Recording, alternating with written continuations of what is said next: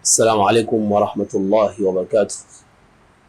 Yan uwa barkanmu da sake saduwa a cikin wannan shiri namu na wato saƙon Alƙur'ani. Ya tabbata a cikin sahih cewa wata rana Annabi sallallahu alaihi wa sallam suna tare da Ubay dan Ka'ab. Sai manzo Allah sallallahu alaihi wa sallam ya ce, ya Abal Mundir, atadri ayya ayatin fi kitabillahi ma'aka a'zam? Shin ka san wata aya shugaban ayoyin Alƙur'ani wadda take tare da kai?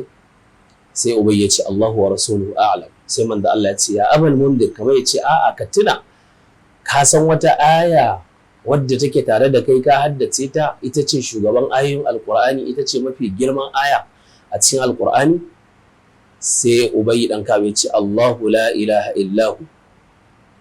Sai manzo Allah sallallahu alaihi wasallam sai Ubay ya ce, fa daraba rasulullahi ala sadri. Sai manzo Allah sallallahu alaihi wasallam ya daki kirjina ya ce, liyahnikal ilmu ya Abal Mundir, liyakuna al-ilmu hani'an lak. Ma'ana lallai ilimi ya samu gurin zama, lallai ka samu ilimi. Wannan aya mai albarka ita ce mafi girman aya, ita ce shugaban ayoyin Alƙur'ani.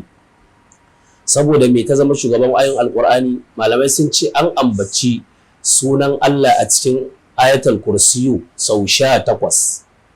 Akwai sunan da yake a fili, akwai wanda kuma yake a cikin lamiri. Wassalamu alaikum wa rahmatullahi wa barakatuh.